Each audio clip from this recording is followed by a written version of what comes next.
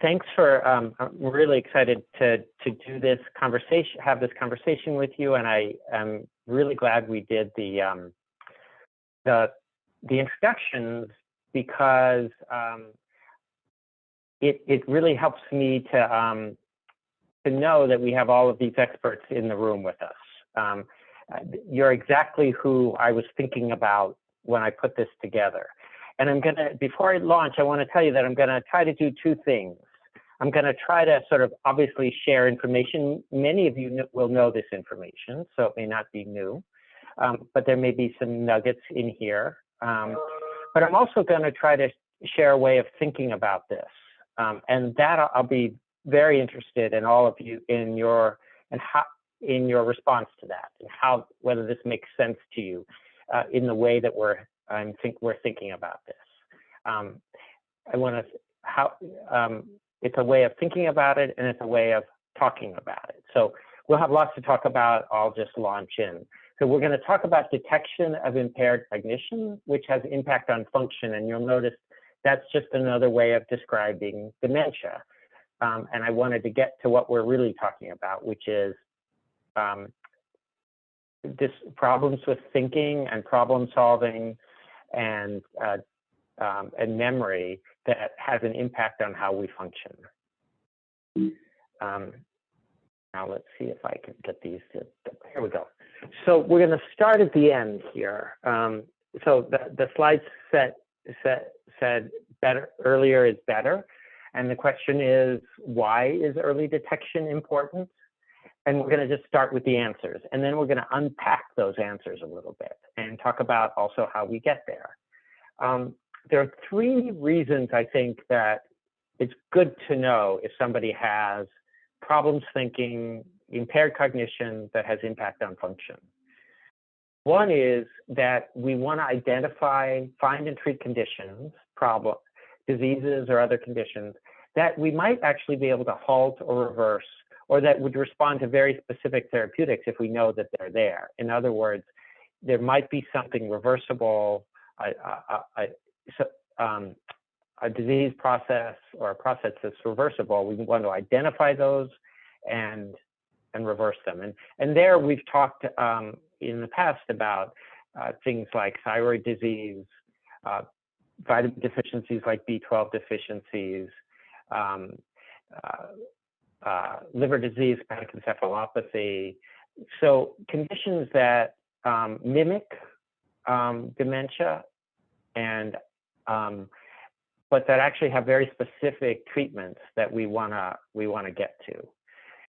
The second reason early detection is important is that if it is Alzheimer's or a related dementia, a kind of a progressive dementia, a dementia for which we don't have therapeutics or treatment that stops the process or reverses the process, we can still slow it down.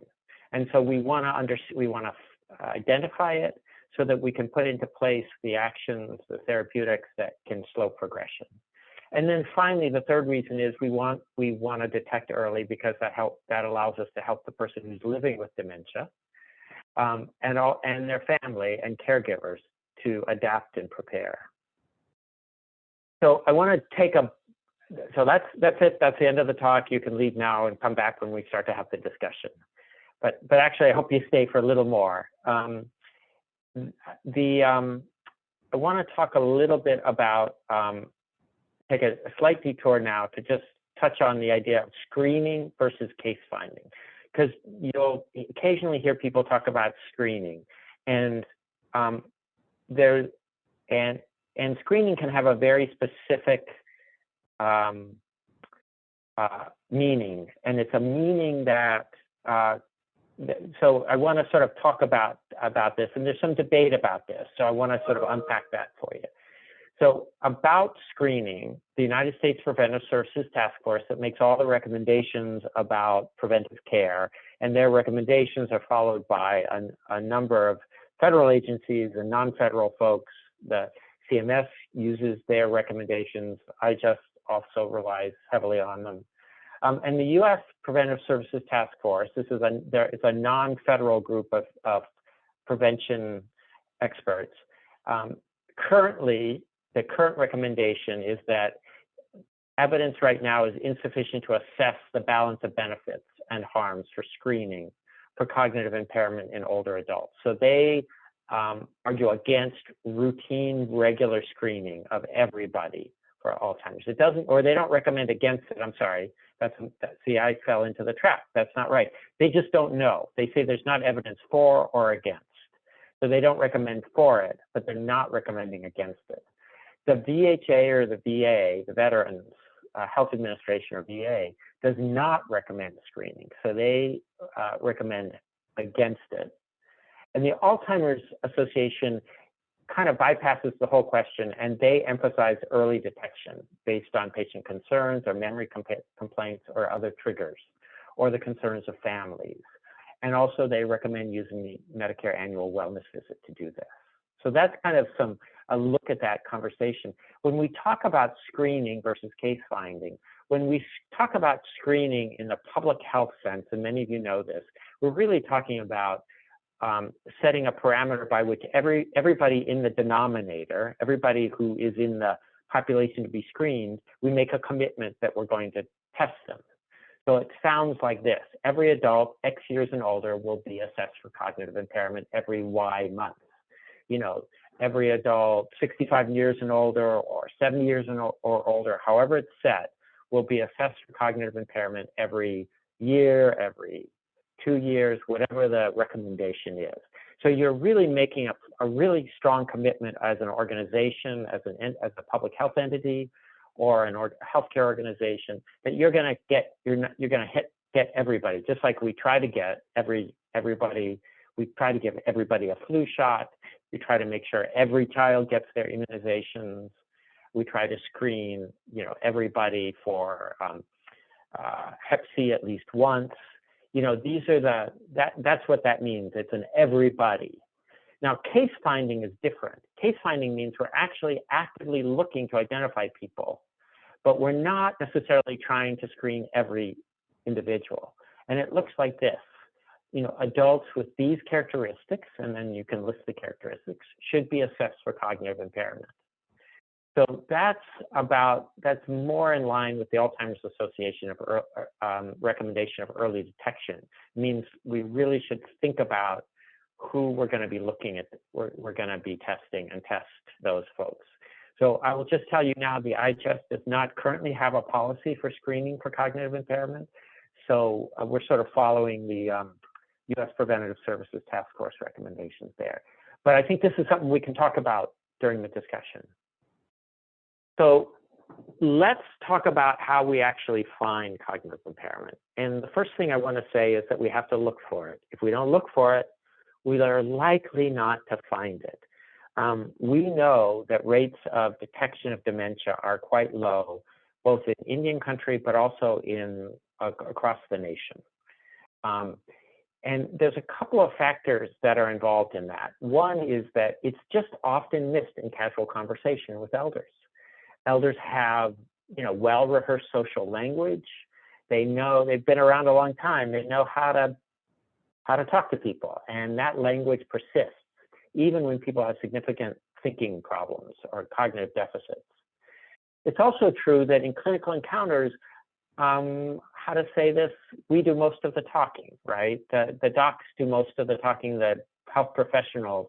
I won't limit it to physicians because I think it's probably true of a lot of healthcare professionals. We're just used to doing most of the talking. So if we're doing most of the talking, we're not going to detect problems in the. We make it easy for elders to sort of hide or mask any deficits in cognition. And finally, that elders are often at their best when we see them. They're ready, they're primed, they're there to we all are, when we're on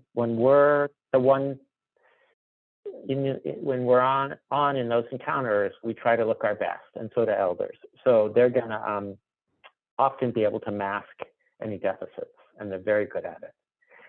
The second feature is really kind of interesting, and I love in our discussion, if you all want to talk about this, it's remarkable how often significant cognitive deficits aren't recognized by family members. And here I'm going to tell you a story. I was on a phone call. I do some work with the Center with the Center for Medicare and Medicaid Services with the Innovation Center, Medicare and Medicaid Innovation Center. And I was on a phone call with kind of some senior, with some folks on that call. And one of the folks who was on the call came kind of late to the meeting. And someone commented about it, and she said, "Oh, I'm sorry, I just have to tell you what's on my mind, because if I'm going to be, you have to, just because I'm really distracted." And this is a physician who's talking. She said, "You know, my mother lives in another. We've just been working with my mother to move into assisted living, and she was all set to go. But the assisted living center asked that she do a cognitive assessment. We knew she was having a little bit of trouble, and we just thought we were getting ahead of the game to move her from her own home where she lives alone into an assisted living center." So we were really proud of ourselves that we were very ahead. We were ahead of the game. So she took this formal cognitive assessment, and it turned out she had really marked deficits. Her daughters, one of whom was the physician who was sharing the story, the other daughter was a neurologist who talks to her mother multiple times a week. They're both very close to their mother. Neither of them had recognized the deficits. The problems were so significant that her mother the assisted living facility didn't feel like they were the appropriate, that they had appropriate supervision or it was a safe setting for her. They thought that she might have too much of a deficit to live in their setting. And this was someone who's both, whose one daughter's a neurologist and the other is a general internist. So it kind of gives you an idea, and this is just not unusual, and we see it a lot. And I think, and again, I'd love to talk with you more about this in the discussion, but I think it really has to do with our closeness to our family members. And I would say that as healthcare providers also, or for those of you, for folks who work with elders in a senior center setting or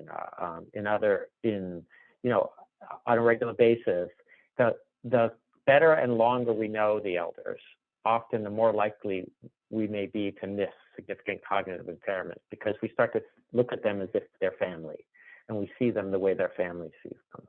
So I think this is a really interesting idea that I'd love to explore further. But the overall point is, if we don't look for it in a structured way, we're likely to miss it. So here's an approach that I've cribbed from the VA. It's a dementia warning signs approach, and it sort of identifies some things we could look at that would give us an idea that we need to look further and test further, and actually do some formal testing or assessment of cognition. In the clinical setting, we might notice that someone is not attentive to their appearance, especially if we've known them a while and this is new for them. But sometimes, if we won't have known that, that they are vague and lacking details in their storytelling and giving us a history, that they have multiple missed appointments. Unexplained weight loss is a real red flag. And vague symptoms, dizziness or weakness, can be an indication that they're having trouble kind of pinning down the sensations. That could be a sign. Certainly trouble with changes in medications or dosing or routine. And when an elder defers to a caregiver or family member to answer questions, especially if that's a new behavior, that's sort of a warning sign. Families, friends, caregivers may notice that an elder is, of course, asking the same question more than once, over and over again, becoming lost in familiar places, getting confused about time, people, or places, or having trouble with self-care, bathing, food preparation, or meals, those activities of daily living.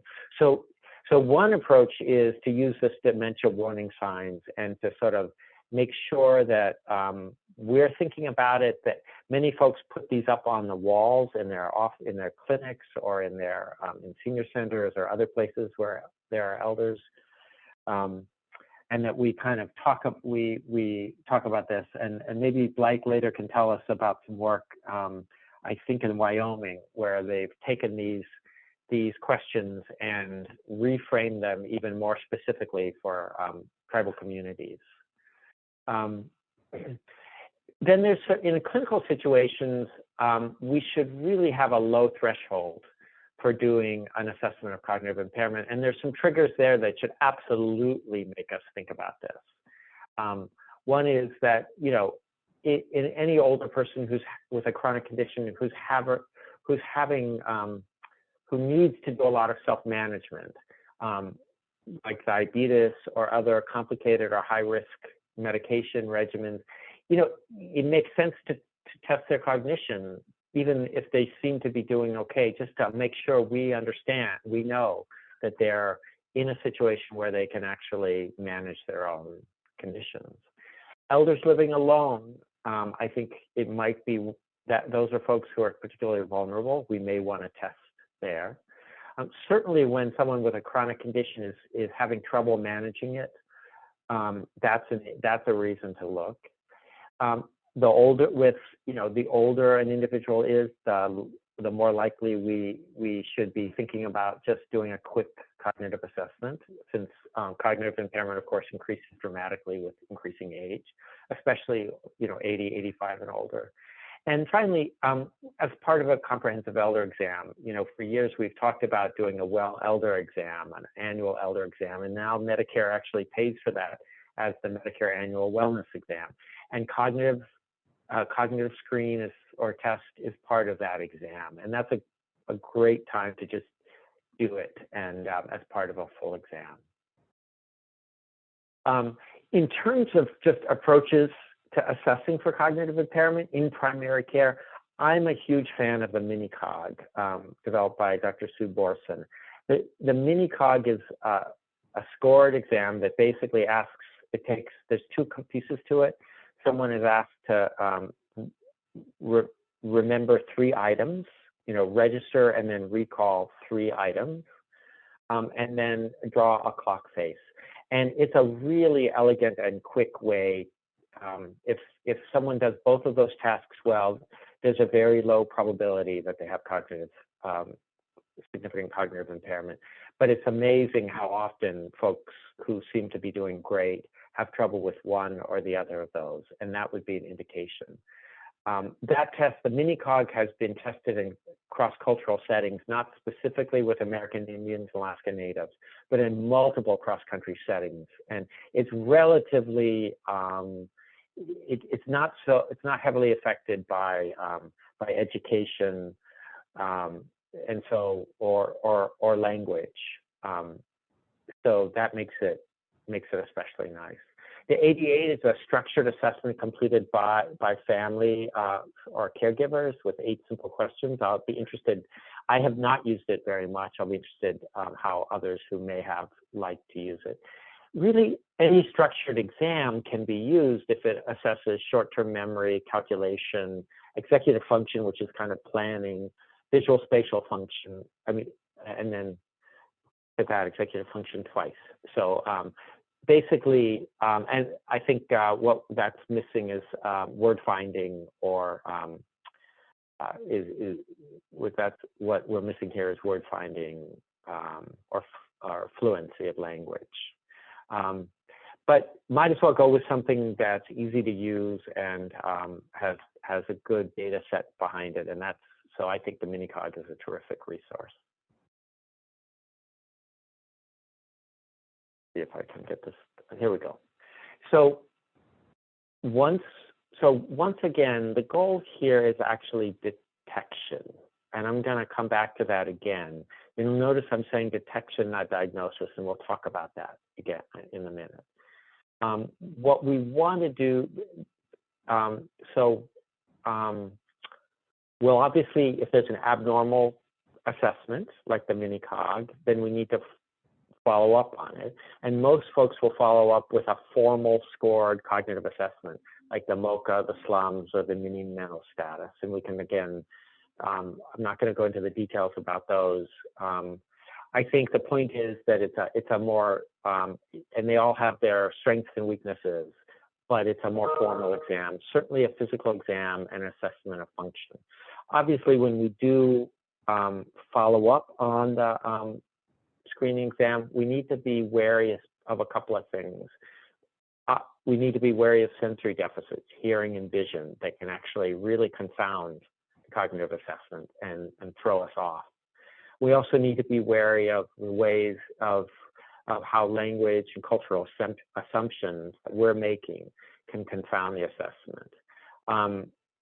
For example, for the mini-cog, I tend to use items that are quite sort of visual and concrete: a ball, a tree, a bicycle, as opposed to ask them to remember objects that might be, or words that might be more abstract. The primary goal of what we're doing here is to detect cognitive impairment and functional impairment, and because that then tells us that they have dementia. I'm going to make an argument here, and again, this would be something we can talk about in the discussion, that the diagnosis of the type of dementia is a secondary goal. So diagnosis is secondary, recognition is primary. And the reason I'm going to make such a big point of this is because I think it's something that can be done in many settings and doesn't require highly specialized knowledge, right? One doesn't need to see a neurologist to detect this. It can be done in primary care. It can be done and certainly some of the screening and initial steps of detection can be done by a variety of caregivers, of support folks, of folks working with elders in senior centers, CHRs. You know, the use of the mini-cog does not require highly specialized a skill set. So what we want to do is sort of detect, and then we have and get them into care, and then we can get to a stronger, a more full understanding of their impairment. We can confirm that there is actually cognitive impairment associated with function, a problem with function. That's the next step. And then the final step is to get to a specific diagnosis. And that final, and I would argue, least important step. So this takes us back to the why. And that tells us about the how.